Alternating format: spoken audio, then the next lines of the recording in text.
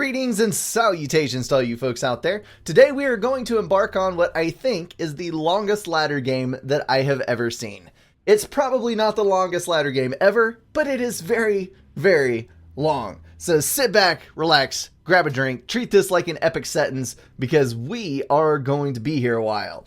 Let's introduce the players and then we'll jump right into this game. I'm going to go ahead and speed up the action here so that we're not stuck in our chairs for an eternity. On the north side, we have Destiny Potato, otherwise known as Blodir. And on the south side, we have Kuzikin. I should have looked up his aliases before I started this, but I did not, so you'll have to forgive me. He is also going Cybern. Red versus blue. This is a ladder game, a literal ladder game on Eye of the Storm. Now, for those of you who have not played Eye of the Storm before, it is a royal pain to play. To me, anyway, at least. You've got 4 mass extractors on the start. You've got a Hydra way far away from your base. You've got a very limited amount of reclaim, a scattering here and there around the map of large boulders. You have a totem on the beach. Let me zoom in over here and see if they have another one. There it is. That's it. It's worth 300 mass. If you don't get it at the beginning of the game, you will fail. And you have to spread out as quickly as you possibly can while maintaining a balance between land units to hold the outside edges of the map and naval units to hold the ocean. And yeah, you just gotta hope for the best. And usually I epically fail on this map, but we'll see how these guys do. Maybe we can copy a build order or two from them and see how things go. So, 5P gens, second air factory. We've got the Hydro going down with 3 engineers there. The Hydro will finish cleanly in line with the air factory finishing, and Destiny Potato is going to have a nice, even transition into air production with beautiful, beautiful economy stats. On the south side, we have a virtually identical scenario taking place, although this one is a little bit different in that we have the Hydro, an extra P-gen down before the air factory was built, and we now have 2 air factories running simultaneously with the mother of all power generator spam started to the right there for Kuzikin. Now, he is going to go first interceptor, followed by a bomber, and then a scout. And that is an interesting one because you're getting the interceptor out for defensive purposes. You're getting the bomber out early so that you can hopefully go and hit the expansions, nail down any engineers that are moving towards either side of the map, and then you have the scout out last because the scout can outrun either of the other 2 units. You'll get advance notice, but you'll already have your attack unit in the air moving forward. Looks like Destiny Potato also has 2 air factories now, and come to think of it, I think this might be where I typically screw up because I usually only build 1 air factory, and apparently 1 is not enough even if it is assisted by a few engineers. So, as the map is playing out, I can maintain my +2 speed, I think, because I think I've hit everything in the initial part. We've got a couple of Mantis running out to the edges. This is actually a very, very long distance. Bomber picked up an engineer over there. It's got 1 kill so far. You would think that with as much space as you have here, you wouldn't... Oh, beautiful! The dying gasp of that bomber killed that engineer over there.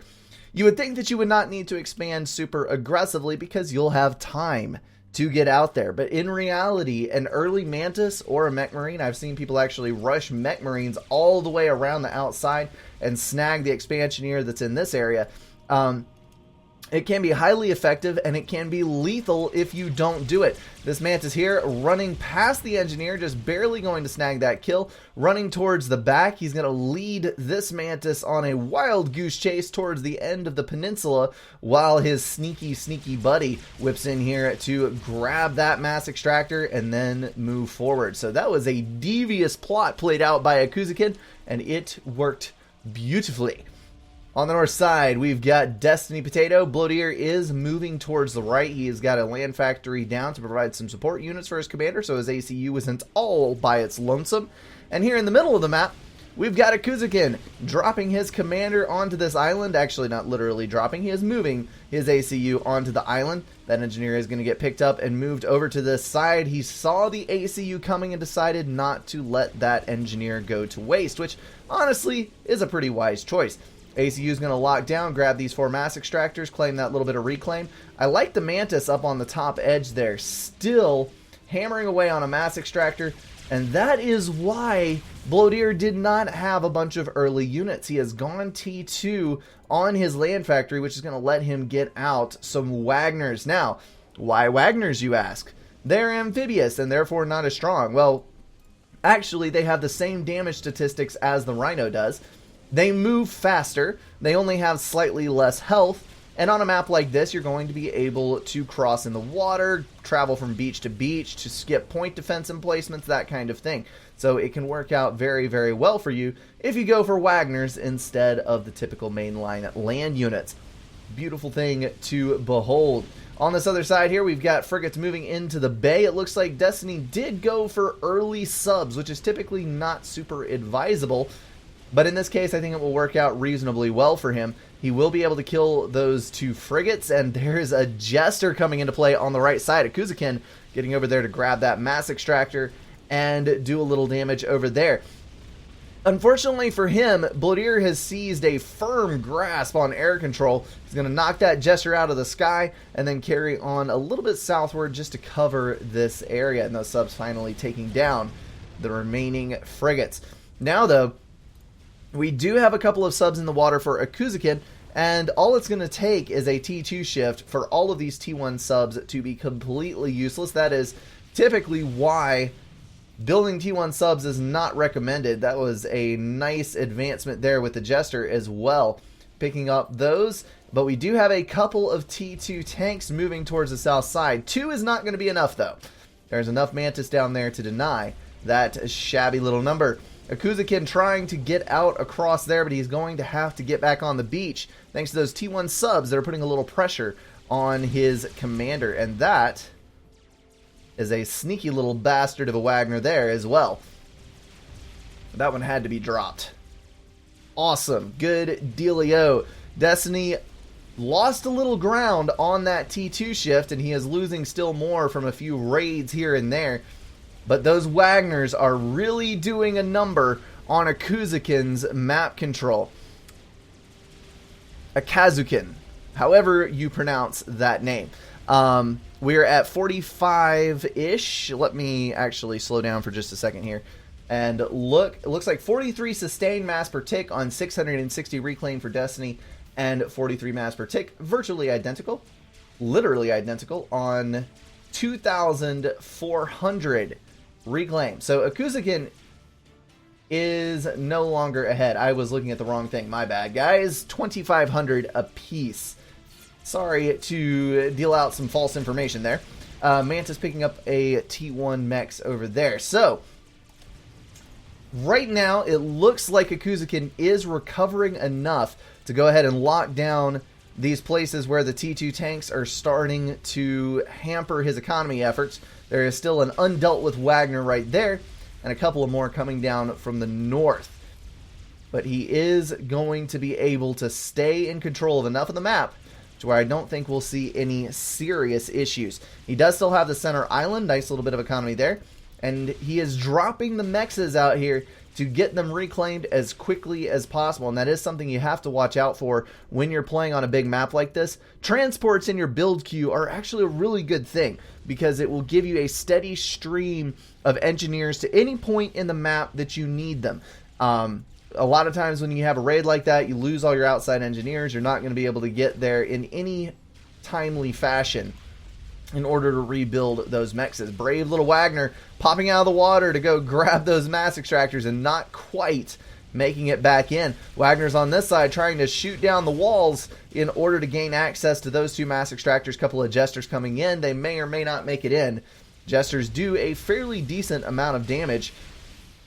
Might be able to pick those off before they can get enough of the wall down to actually go deal the damage. Point defense there. Honestly, that is a reasonably good idea because there's not many Medusa, if any at all, in a Kuzukin's mix. When you've only got tanks, T1 point defense more than pay for themselves in mass versus those units.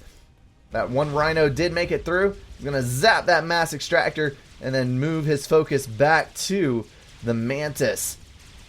3 shots per to kill those things off, but the Jester is going to finish it up. So now we've got a little bit of a standoff here. We don't have any more active forces out raiding from Destiny, although there is another tank coming in from a drop right there. But we do have a Jester problem. Akuzukin has got 4 of those things up. That's going to deal enough damage to be able to knock out anti-air, that kind of thing, before it becomes an issue. They're going to be able to own all of these outside expansions without too terribly much trouble, especially when you have an escort of interceptors that size. This is a good turn for Destiny, though. He was able to pick off a couple interceptors unhampered, but now he is caught in the midst of the cloud. Akuzukin devouring those interceptors that Destiny was trying to fight back with. Thankfully, all of the Jesters are down, but now air control is back firmly in the hands of Akuzukin. That's one of the interesting things with the if you build gunships instead of interceptors. Sometimes your gunships can meat shield for the interceptors, and while your opponent is trying to kill the gunships, you can gain air control even with an inferior number of interceptors. Also, the targeting priority favors Jesters, so if your opponent has them patrolled or attack move order, they're going to focus fire on the Jesters while your interceptors are going to clean up. So Destiny Potato has 1 T2 unit out as of now. He's got plenty of frigates and subs on his side, and he was trying to get a couple of torp bombers in the air to kill that destroyer that is plinking away at his outside expansions. Looks like the air is going to be a bit of a problem, though. He has got a lot of air factories, 4 air factories pumping interceptors out, and it looks like he is regaining numbers pretty quickly. Akuzukin looks like he is on 3 and 1 T2. So he is going to be building torpedo bombers himself. Interesting call there. T1 transport got shot down. The thing about Salem's on this map is that Salem's can pretty much reach the entirety of the map. There's no need for any other naval units, really. You're going to be able to hit just about everything except for a few little places where you might not be able to get the angle quite right around a rock, and even then, you're going to be able to walk your Salem's on shore and kill stuff anyway. So it works out pretty dang well for you. Wagner there, kiting around the Mantis, dodging a little bit of fire. That's what you get when you have a speedy, maneuverable unit versus one with slow turret turn speed. T1 engagement down on the south side versus 2 destroyers, and this is going to start favoring Akuzukin on this naval battle. Destiny Potato does not have a whole lot of build power on his factories, and we've got a bunch of engineers over here for Akuzukin building away on those naval units. You'll have to excuse me, guys. Allergies are getting to me today. Jesters picking off these rhinos on the south side again. Akuzukin really relying on those T1 gunships to cover his outside edges. He's not building a whole lot in the way of land units. The Wagners really have the ability to stomp him on any corner they choose to come at, but those Jesters just clean them up. It's not really like Destiny can send flak either, because the flak is not floaty. It has to walk across the land, so he can't really send anti-air with his units. Destroyer for Akuzukin, killing off all of those mass extractors. Destiny is down to 49 mass per tick. Destroyer finding an angle of fire that'll let him hit these units on the interior, but it looks like, no, that was not a repositioning. That is going to be carrying over to this side. What I was saying earlier in the game was, if you build T1 subs, they can be of limited use in the T1 phase of Navy, but if you have a larger map where you're guaranteed to go T2, frigates are useful throughout the game. It doesn't matter what tier you're at, whereas T1 subs get completely phased out as soon as the very first... Ouch. That was a hard hit. Was completely loaded with units and shot down with all the tanks on board. As soon as the first destroyer hits the field, T1 subs are pretty much useless. So you've just got to bear that in mind if you do decide to build them. Wagners, I believe those have 3 DPS. Not really very useful as a torpedo unit, although they do have a fairly beefy amount of health. But I guess they are helpful to some degree. Especially if you're going versus anyone with torpedo defense, because even though they aren't doing much damage, Oh, that was sneaky right there. Building a tack launcher. It was sighted by Destiny, though, and he was able to kill it with that Wagner. It's going to supply a little bit of reclaim to Akuzukin, but that was a bit of a fail. It's not going to work out. We got 3 destroyers versus 3 destroyers, but that are not nearly so well placed together. And it looks like Destiny has reclaimed this peninsula right here for his very, very own. So map control is just about at an exact 50-50 at the moment. Akuzukin, of course, holding that middle ground with a T2 commander. And the walls are going to disrupt fire enough that he's not in any serious threat from the navies on the outside. T2 gunship. Finally, we're moving past the jesters. The renegades are out. Of course, those do have area of effect with quite a bit more health per mass than the T1 units do. Once you go to a T2 air factory, my rule of thumb here is that if I'm going to build a dozen jesters, I just go ahead and build a T2 air factory, because mass efficiency wise, the renegades typically tend to work out better, not to mention the fact that they have a larger fuel tank and therefore do not run out quite so quickly. I think you've got 5 minutes on a jester, somewhere in that amount, where it's closer to 10 with a renegade. The stealth is not helping too terribly much because there is a bit of intel. There we go. They're outside of vision radius. Well, maybe not so much. Let me go click over to Destiny there. It shouldn't have been able to hit. I'm not entirely sure why. Maybe they were pre-targeted. It was out of sight, but not out of mind. A combination of Corsairs and torpedo bombers hitting this Navy, trying to kill it off. We're starting to accumulate quite the collection of wrecks here. Look at this in the water. If either one of these guys is able to secure this mass field and get some engineers in there, which it looks like that's exactly what Destiny Potato is doing, that's going to give a massive leg up to that player. Jesters coming into this side, trying to kill off a little bit of eco, do a little bit of raiding, and interceptors moving in. So that was the last hurrah of the Jesters, and it is now finally laid to rest. I like the wall sections here. Akuzukin locking down these peninsulas, trying to maintain control. He's been doing that since the beginning of the game. It hasn't helped him out tremendously, but it has bought him time on a few occasions. So honestly, I don't think it's a bad idea at all. Looks like we've got a scout stream going for Potato, just in case somebody tries to be sneaky and use a little bit of stealth. But he is a little behind in destroyer numbers. We've got 2 destroyers and a third coming up from the back. And we've got 2 destroyers on this side with a third coming up from the back. So I guess it is relatively even. It's just that Akuzukin has more of his naval units in one place than Destiny Potato does. Still a T2 commander. What is that upgrade? We'll check back with him in just a second. So Destiny Potato still riding on not too terribly much build power, whereas we have quite the large collection of T1 engineers for Akuzukin, who is actually losing some of them to kamikaze bombers. T1 bombers are worth it. If you can get that one bomb off and kill 3 or 4 engineers, they are definitely worth it. 2 destroyers, 3 frigates versus 4 frigates and 3 destroyers. Looks like Destiny is at a pretty severe disadvantage in naval numbers right there, and just lost a destroyer.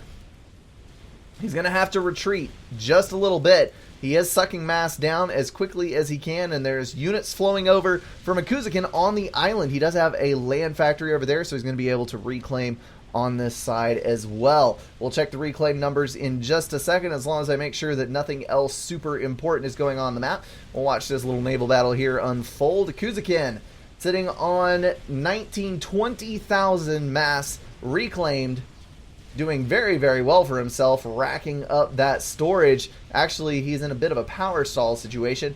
We've got 18,000 for Destiny Potato, who is sitting a little bit better on his power, even though he has a lower income.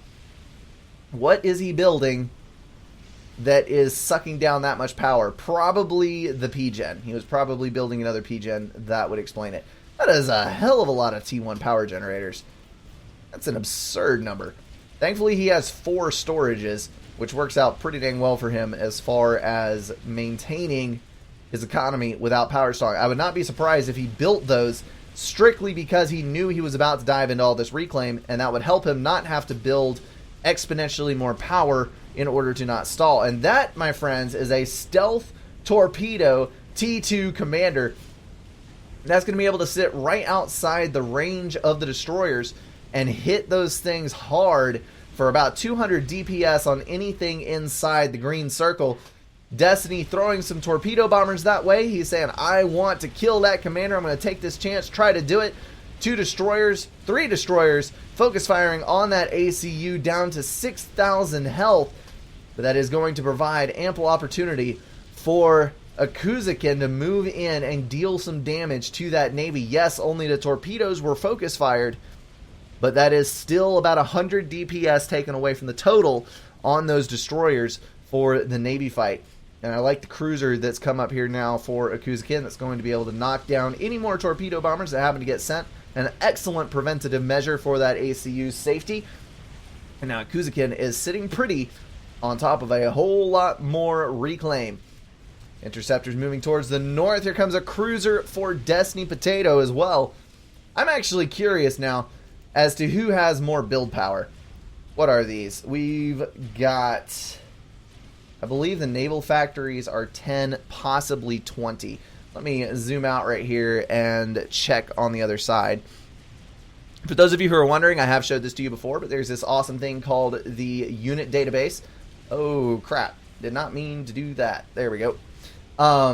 Which can tell you all of the stats that you ever wanted to need, or you ever wanted to know. Let me get my English untangled there. And it will let you decide what you want to do with certain units and what units hold advantages as far as things go. So over here in this unit database, I am just going to click on the T2 Naval HQ, and that is sitting on 60 build power. And then we've got the T1 Naval Factories, which is what I was actually curious about.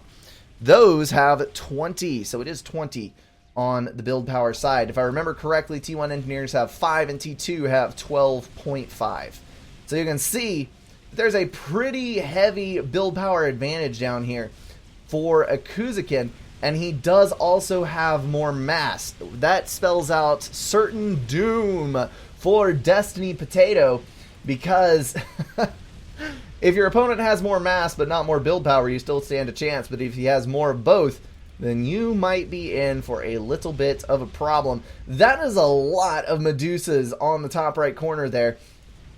We've got naval units packing in together on this side. Akuzakin's going to have to fall back because he doesn't have the density of the cluster that Destiny has. That is a tongue twister if I ever saw one. Try to say that 10 times fast. The density of Destiny.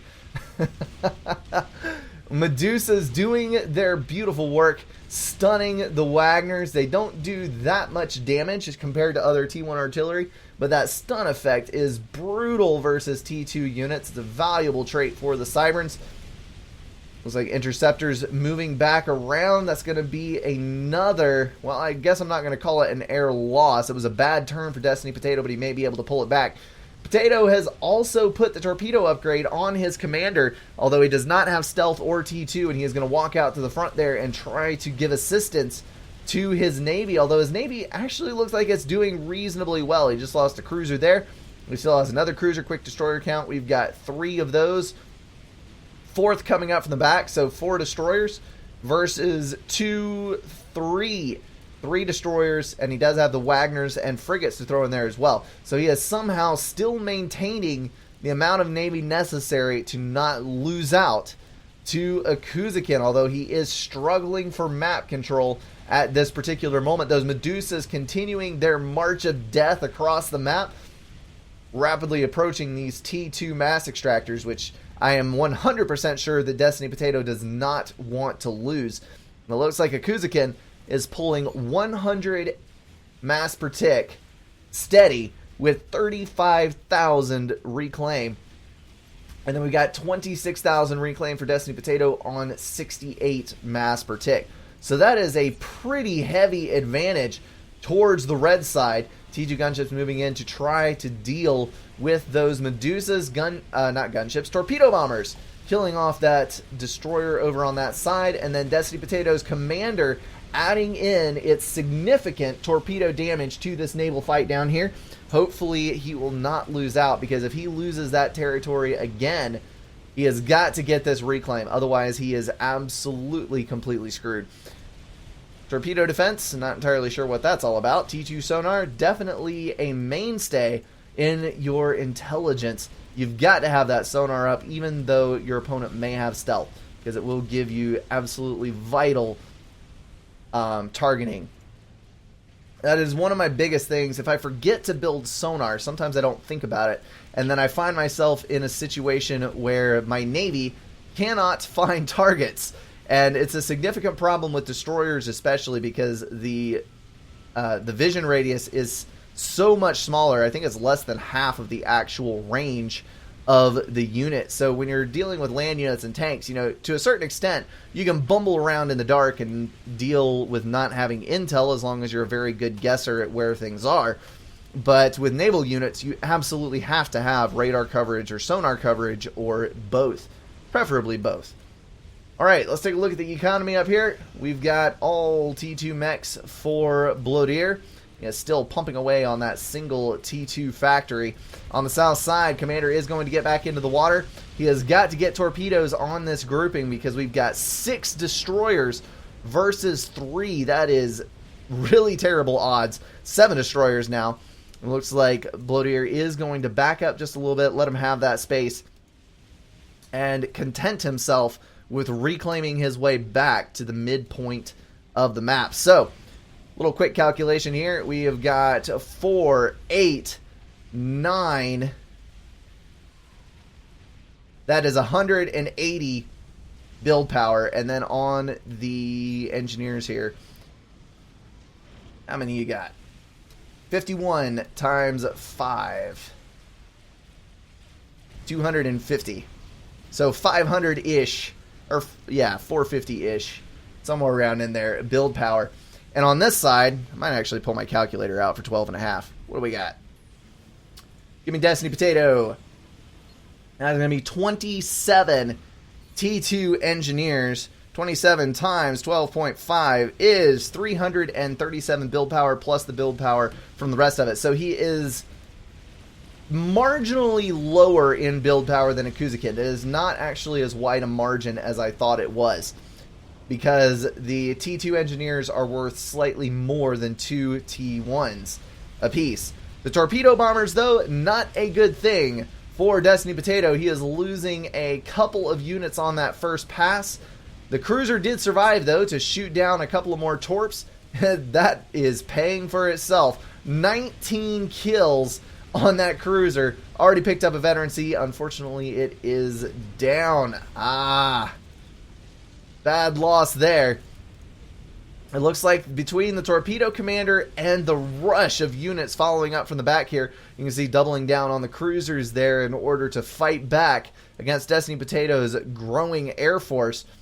It looks like a Kuzukin is able to seize control of this piece of mass, which is going to be pretty significant, actually. Several thousand. Looks to be about 3,000 to 3,500 mass there, somewhere around in that mark. And T2 gunships on the north side. Still, this is the power of the Renegades. That area of effect that I was talking about. It's what makes it so much more powerful than the T1.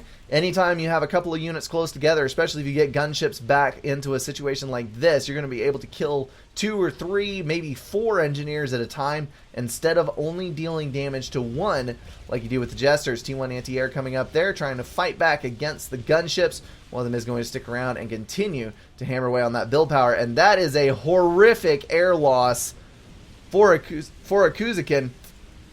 He lost a large group of interceptors on that side. Maybe I overestimated the size of it from the corner of my eye, but it looks like the result is going to be the same nonetheless. Blue outnumbering the red, seizing control of the skies once again, even over the T1 mobile anti-air, which, come to think of it, is going to be focus fired on the gunships and therefore is not that big of a threat to the interceptors. But nonetheless, Destiny Potato has walked away from that with a significant lead on air, although he does have some out-of-fuel interceptors. Now, what he could be doing there, I would park the cruiser back here in the cove and start refueling the interceptors, patrol them over top of the cruiser. That would refuel and heal all of those air forces that you're going to need to put forward again very, very soon. Renegades hammering away at that mass extractor. Check out, I know I keep commenting on the area of effect, but he's just about taken out all 4 of the mass storages, in addition to focus firing down that T2 mech. So it works out beautifully for those units as a raider. On this side, we've still got about the same amount of build power pouring forward. Do we have any mechs upgrades so far? No, still on T2. Still pumping out units as quickly as he can. It looks like Akuzakin has once again gained the upper hand in Navy, but he is losing economy on this far side. Destiny Potato retracting his units as quickly as possible once he sees that cruiser fire coming in. Akuzakin had to pull those cruisers back.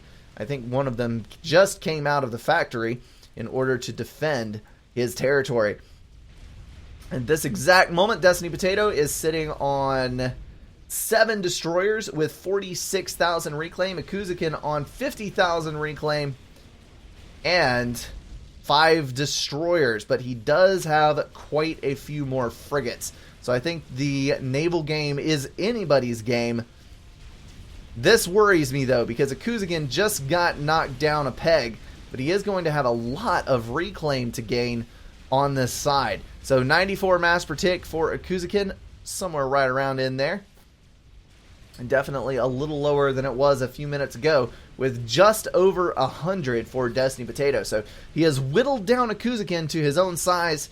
No longer a tremendous economy advantage for the red team. Those destroyers are going to have to back up. You do not want to let your destroyers get overtaken by frigates, because mass for mass, frigates will kill destroyers in mass. And Destiny Potato is a brave potato. He is still way out there in the water with his commander, without even any naval units nearby to protect it. A torpedo snipe? Well, no, because he has got way too much air control, and he is still streaming scouts, so he would see it coming. So torpedo snipe would not work out, I don't think. Yet more mass being dumped into the water here. All of those wrecks, so very, very valuable. Whoever gets them, as we've seen a couple of times this game where it keeps shifting back and forth, somebody gets the reclaim and it feeds the war machine to an advantage, and then the other person comes up with something to counter, and then it swaps places again. Interceptors moving forward, going to run into the fire of 3 cruisers. Actually 4. It was 5, and now they're dropping like flies. I know Cybern cruisers are fantastic for the fact that they do have a deck gun and super powerful anti-air cannons, but the disadvantage is that they don't have the area of effect of the destroyer, and they only do half the damage of the destroyer. So if you look at 2 forces and one of them's got 5 destroyers and one of them's got 1 destroyer and 4 cruisers, I think we can all guess which one is going to win. So many interceptors out of fuel. Really wish we'd see a refueling station. A cruiser sitting in the back, something of the sort, so that we could get some of those fueled up and back on the warpath. T2 still pumping out torpedo bombers on that south side. Actually, it just started back. It was producing other units. And the air engagement this time, thanks to the anti-air of Akuzakin, is not going to favor Destiny Potatoes so strongly. The interceptor numbers still favor Blodir, but with half of his interceptors or more being out of fuel, he is not going to be able to effectively fight. That was a drop, friends, and it is not going to be a super effective one, because Jesters ahoy. I'm not sure why he's still building Jesters. It is an interesting question to ask, but they are working well. Maybe it's for the higher DPS, I don't know. Salem reversing the tactic. Much earlier in the game, we saw Akuzakin park a destroyer up here and wipe out Destiny's base on this side. Now we're seeing the exact opposite happen for Blodir. Basically, you've got enough Navy to stalemate the other guys, so you start breaking off individual units in order to go a raiding. and that is going to lead to yet more economy lost for Akuzukin. Now, Akuzukin sitting on, let's see, 139 mass per tick with 69, almost 70,000 reclaim. Destiny Potato on 63,000 reclaim, so still slightly behind.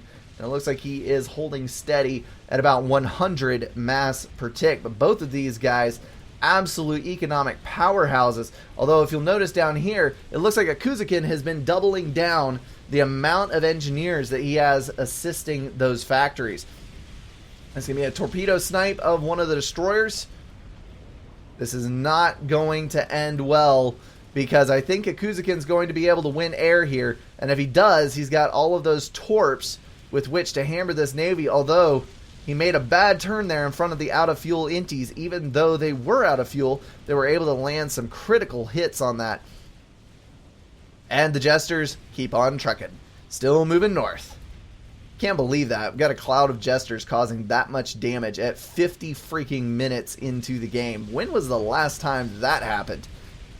A little bit of micro on Akuzukin's part. You can see he is shifting his destroyers around some, whereas Destiny Potato is just steady attacking.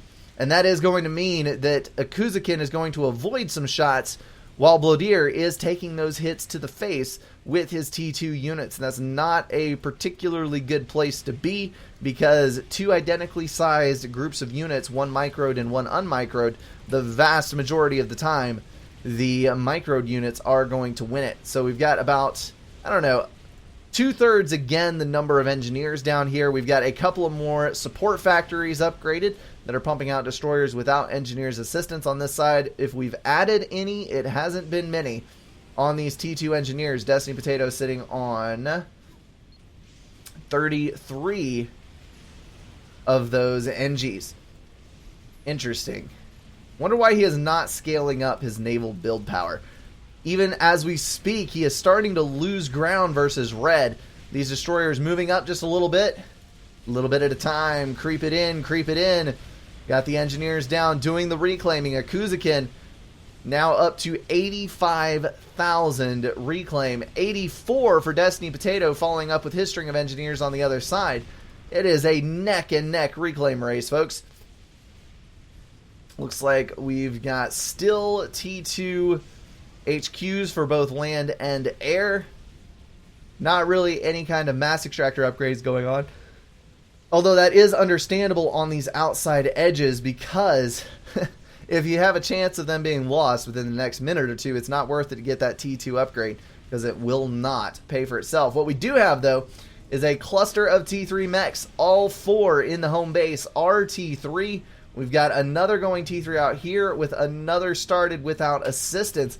That would be all of this reclaim at work. Destiny Potato trying to dump that temporary income into his permanent income. He is up to 240 mass per tick, varying with the reclaim. On the other side here, Akuzukin sitting on about 169. He has also got a couple of T3 mass extractors in his own base. So we got 3, 4. It is all upgraded. And he is also working on his 2 on the north side. So it's pretty much identical situations, except for the fact that Destiny is still in control of many more of these peninsula and outlying mass extractors. The Jesters finally getting picked off, but that is going to come at the cost of Destiny Potato's air control. We've seen a shift towards air production for Akuzukin that is going to win him the air. Hopefully that'll reduce the effectiveness of those torpedo bombers that are building up in the north side.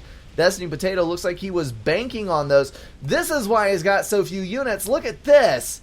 There's a freaking T3 cyber naval factory putting all that mass into a Galaxy-class battleship.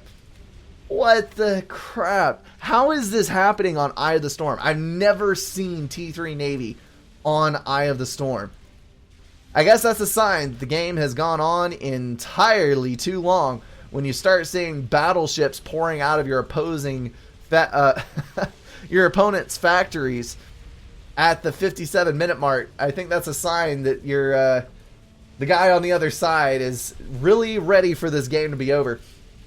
Both of those moving in, this is kind of an interesting choice, because They are going to outrange the destroyers, yes, but you have to have quite the significant advantage in mass on battleships before just a swarm of destroyers won't take them out.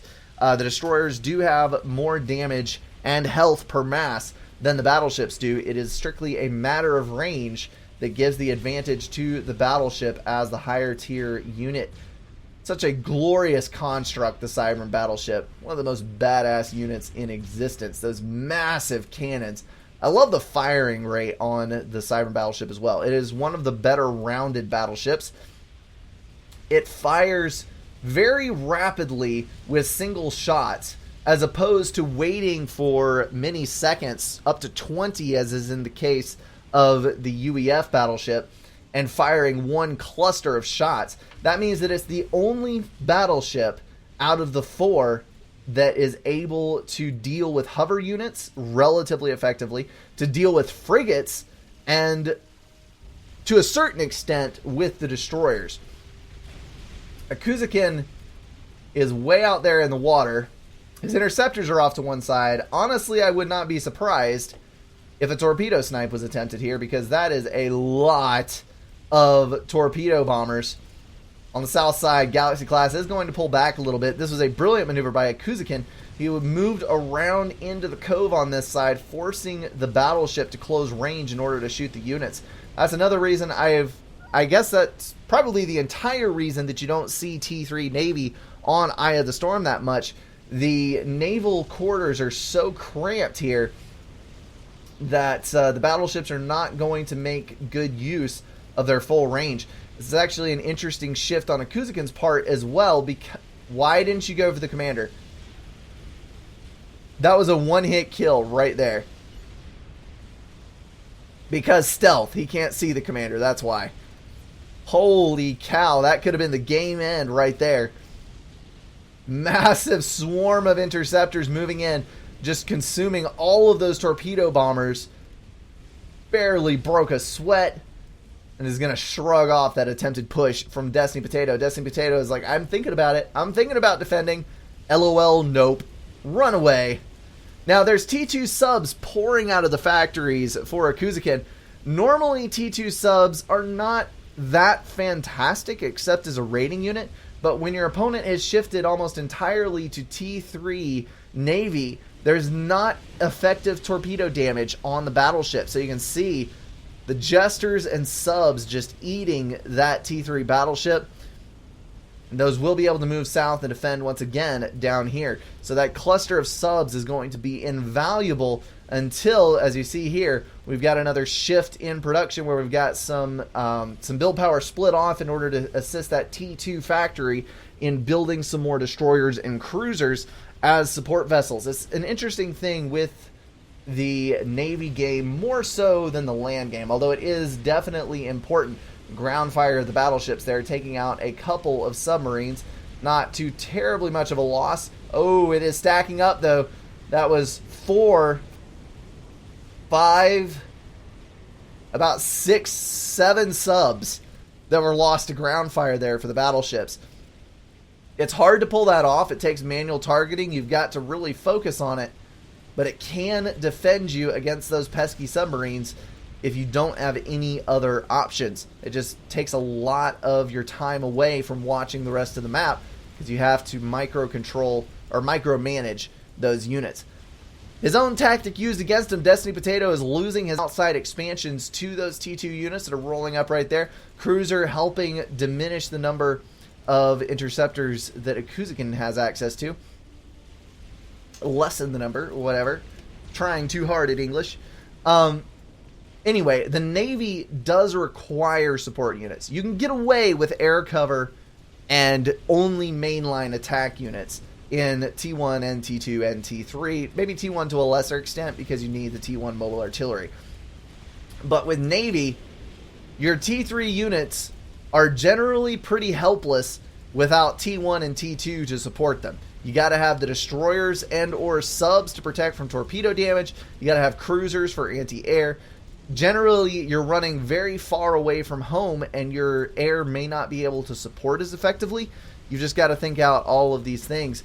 And we do have 2 destroyers now, 3 destroyers up front. Those will be able to deal with the T2 subs that are causing so much pain and heartache for Destiny Potato.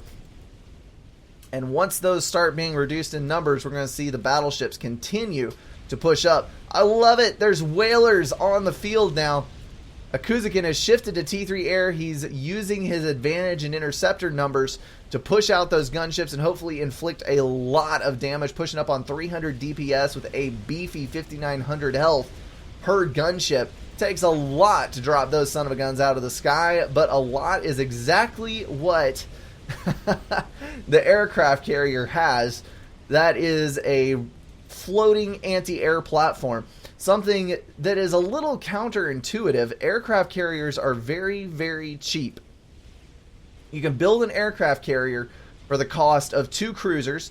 It has the same anti-air as 1 cruiser, but it has the health of 5 cruisers. So it is super fantastic mass value. Once you get to T3 Navy, you can strictly spam aircraft carriers, not even to use them to build aircraft, and you can use it to win air. And in the case of the Cyberns, it is arguably a good idea because of the slow projectiles on the cruisers. They're able to hit units pretty quickly with that higher projectile speed, although they are prone to miss on some of the faster units, so it is a little bit of give and take. T2 subs moving forward again. A bank of T1 torpedo defenses in the back here. That is actually a pretty decent choice. I think they're going to be able to drop T2 subs in 1 or 2 volleys depending on the torpedo defenses in the area. Another push on the north side there. We're now at the 1 hour and 10 minute mark in this game. Looks like we are seeing, is that ASF? Yes, ASF. So Akuzakin is going to try to seize control of the skies again. But we do have ASF out for Destiny Potato as well. So it is not going to go down without a fight. Still T2 units down here. We've got 2 battleships left with multiple aircraft carriers out, sitting back in base, I guess strictly for the anti-air coverage. I would not be surprised if some of those start building some units here. And those subs have been working out pretty well for Akuzakin so far. He's just got to keep moving them, because if he sits in one spot for too long, that ground fire is going to catch up to him. I'm surprised we haven't seen any T4s yet, because usually at this point in the game, a T4 is the way to go. But I'm not seeing any. So we're just going to keep on trucking. What is that Salem doing way over there? I suppose he was probably trying to get in formation with the rest of the units here. The battleship had him spread out, and he probably crawled on shore over there. That is a weird one. Not sure what's going on there. Alright. Once again, we are at a stalemate, because the T2 subs are holding back Destiny's battleships, and the battleships and destroyers cannot reach a sufficient number to take on the subs. Looks like the whalers are going to come into play again. Akuzakin has been pushing those gunship raids like mad at all 3 tiers. We've now seen a little bit of a shift again in map control. Akuzakin holding more of the map down. Let's take a look at the economy numbers. We've got 133,000 reclaim for Akuzakin on around 100-ish income, if that lower level blip was to be believed, which I'm not entirely sure. Yeah, about 150 income before the power stall there. And on the north side, we've got 322 mass income for Blodir on 120 mass reclaimed. So he is slightly behind in mass reclaim, but his economy is more than making up for it. Those ASF suicide diving against the gunships to get those things out of the sky, save his mass extractors so that he doesn't lose out on that eco and screw the air control. He's just going to bring his aircraft carrier over here and start dealing massive damage to that area. Area denial, that is something that the aircraft carriers are good at. Huge clumps of engineers back here reclaiming. It looks like all of the T2 subs have been lost to a combination of destroyers and the T1 torpedo defense, which is obviously no more, along with a few ground fires there for the battleship. And destroyers now pulling up for Akuzukin. And this is where the battleships are going to own, because the destroyers are not able to get in range of the battleships because of the frigates and destroyers out in front. And the battleships can sit at range and hammer on those destroyers with impunity. We're once again seeing torpedo bombers built. And there is a Monkey Lord, followed immediately by a Soul Ripper. Well, I was wondering where the T4s were. Looks like we have found them. Blodir has contracted into a corner of the map to a certain degree. He's down to about 250 mass income. Although Akuzukin is holding on to this map control by a thread. He's got nothing on the south side. He's got a handful of T2 units on the north side. Nothing to break this with. It looks like Destiny Potato is winning the Turtle War. I hate to say it, because this bait... Oh, look at that! We've got a Soul Ripper for Akuzukin as well. This is going to come down to a Soul Ripper war. Who'd have thunk it? Alright, well, I am impressed with the base down here for Akuzukin. He has got a lot of build power.